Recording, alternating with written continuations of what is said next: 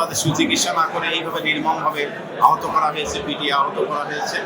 এর আগেও তারা এই ধরনের ঘটনা ঘটিয়েছিল, এরকম নজিরও আছে এবং সচিত্র প্রতিবেদন আমরা বিজ্ঞ আদালতে দিয়েছি। গাইবান্ধার গণ উন্নয়ন কেন্দ্র মাদক শক্তি নিরাময় পুনর্বাসন কেন্দ্রে মুর্শিদ হাক্কানিকে নির্যাতনের মাধ্যমে যে মামলা নির্যাতন করেছিল, সেই নির্যাতনের প্রেক্ষিতে তার পরিবার মামলা করেছিল। সেই মামলায় অভিযুক্ত 5 জন আসামি, হাবিব সহ 5 জন, তারা স্বেচ্ছায় আত্মসমর্পণ করে জামিন প্রার্থনা করেছিলেন।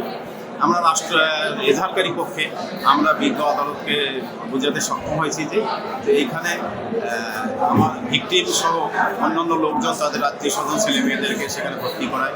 তারা পূর্ণ নিরাপত্তা সহ সুচিকিৎসা করে তাকে সুস্থ করে পরিবারের কাছে ফেরত দেবে, এরকম অঙ্গীকারে আমরা মাসে মাসে প্রচুর টাকা 15,000 20,000 এরকম টাকা মাসে মাসে তারা সেখানে নিত, খরচ নিত।